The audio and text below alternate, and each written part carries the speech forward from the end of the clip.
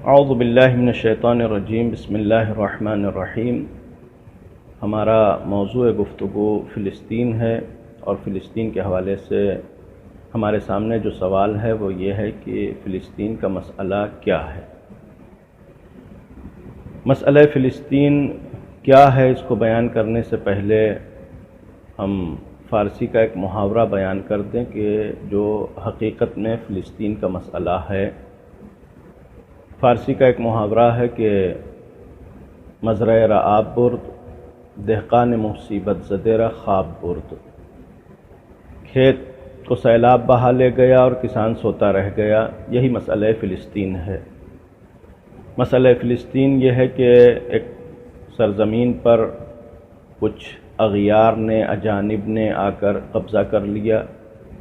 اور اس قبضے کا مقصد صرف اور صرف ایک سرزمین کو قبضہ نہیں کرنا تھا، بلکہ اسلام کے مقابلے میں ایک دیوار کھڑی کرنا تھا، اور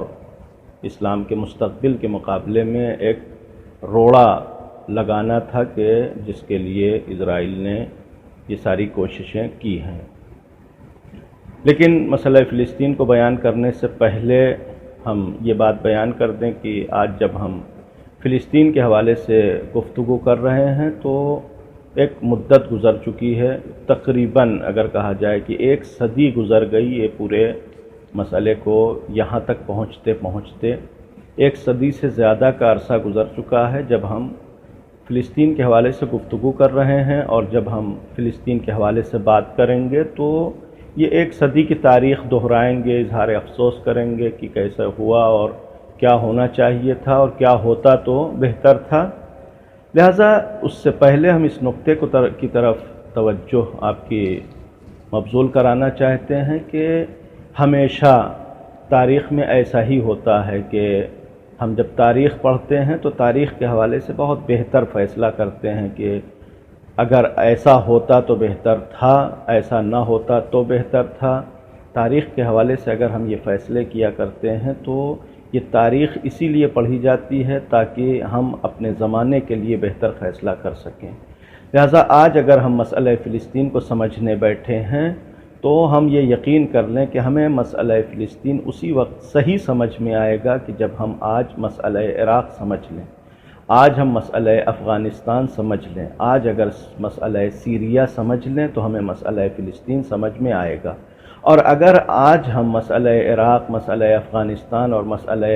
سیریا نہیں سمجھنا چاہتے، مسئلہ ایران نہیں سمجھنا چاہتے، تو ہمیں کوئی ضرورت نہیں ہے کہ ہم فلسطین کے بارے میں گفتگو کریں، اظہار نظر کریں، بحث و جستجو کریں، اس لیے کہ آج اگر ہم یہ غلطی کر رہے ہیں،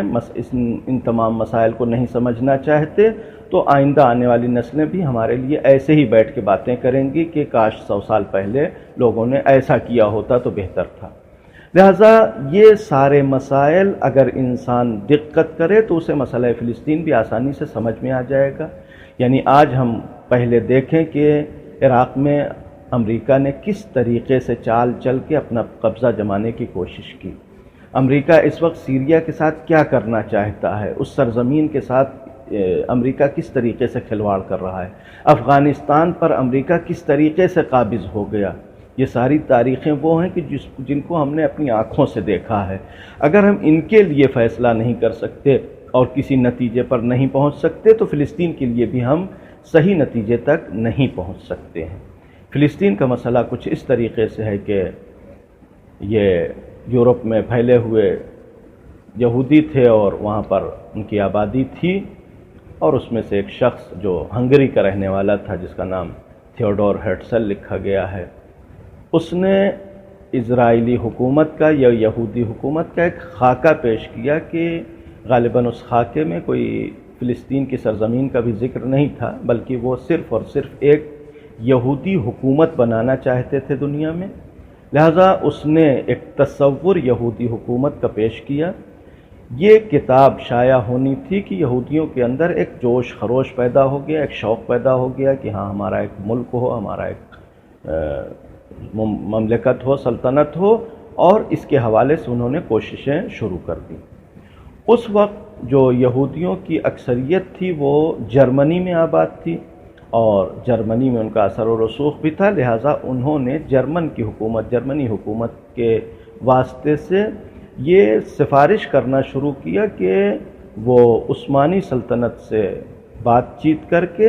فلسطین میں بیت المقدس کے نزدیک ان کو ایک جگہ مہیا کرا دیں کہ جہاں پر وہ آباد ہو سکے۔ ظاہراً جرمنی نمائندے عثمانی سلطنت کے پاس آتے ہیں، عثمانی حکومت کے پاس آتے ہیں، لیکن عثمانی حکومت نے بہت ہی شدت کے ساتھ ان کو رد کر دیا۔ ہم یہاں پر عثمانی حکومت کے اس واقعے کا جب ذکر کرتے ہیں تو اس عنوان سے ذکر کرتے ہیں کہ بہت اچھا کیا انہوں نے، اچھا کام تو کیا، لیکن جب ایک حکومت کے سامنے یہ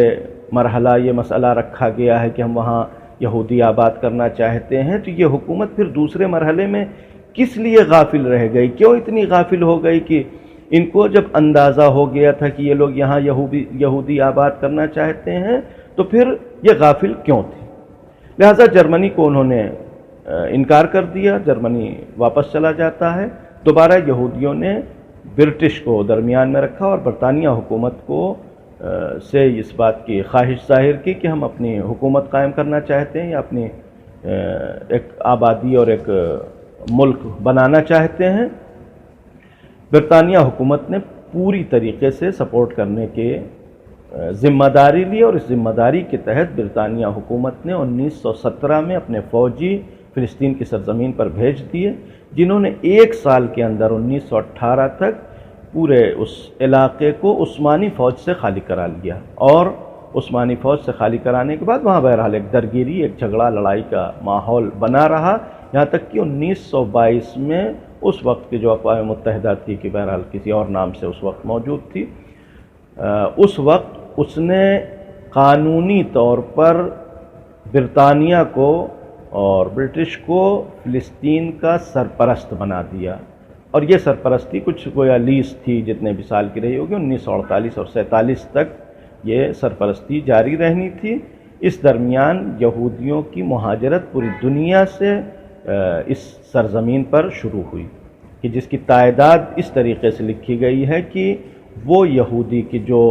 سن 1918 میں صرف فلسطین کی سرزمین پر 56,000 کی تعداد میں تھے، وہ 1946 میں 6.5 لاکھ ہو چکے تھے، یعنی 56,000 10 برابر آبادی وہاں پر بڑھ چکی تھی۔ اور اس کے بعد پھر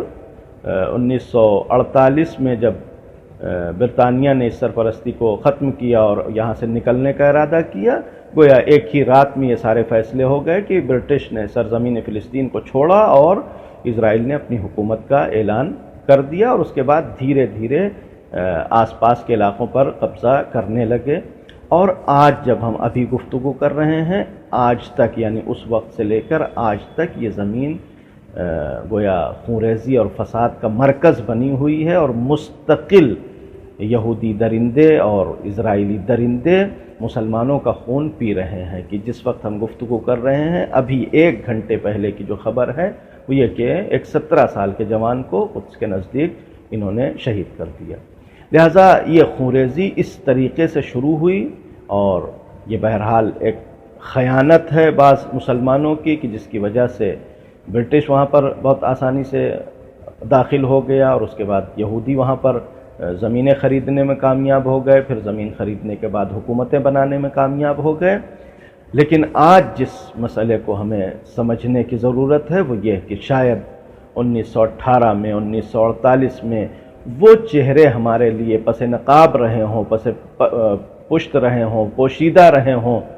کہ جو اس وقت یہودیوں کی حمایت کرتے تھے، یعنی مسلمانوں کے درمیان یہودیوں کے حامی لوگ کون لوگ تھے، شاید اس وقت مسلمانوں کو نہ معلوم رہا ہو، لیکن آج یہ سارے چہرے بے نقاب ہو چکے ہیں۔ لہٰذا آج ہماری ذمہ داری یہ ہے کہ جیسے ہم ان